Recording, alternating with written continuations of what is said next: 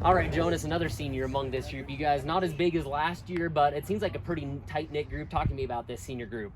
The senior group has been pretty good, We got a lot of athletic people, They're really fast.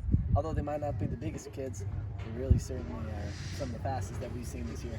Well, not just that, but the fight along this O&D line. I mean, what's the quote? It's not about the size of the dog in the fight, but the size of the fight in the dog. I mean, you guys pretty much are the epitome of that. Yeah, I definitely have to agree that this team pretty much embodies that sort of slogan, And then I know you've been around this Cody Bronc football program for a long time, been around Cody Athletics for a long time. What's it like to play for Cody, especially knowing senior appreciation this Friday, a little different early on?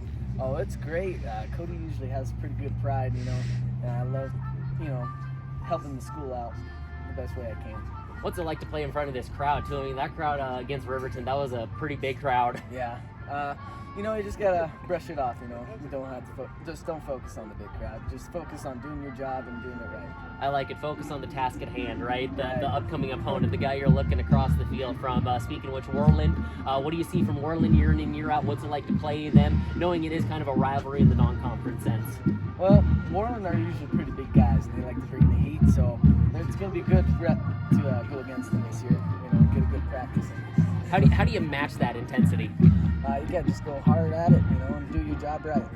And then what's it like for you, again, to be able to be honored here a little earlier, senior appreciation, but at the same time, I got to feel like that's kind of nice as a player. You get to focus on football the rest of the week. Final game of the season's already kind of set now. Yeah, it's pretty good because, you don't have to worry about that a whole lot, You just have to, because after this is all over, you just have to worry about doing football for the rest of the season.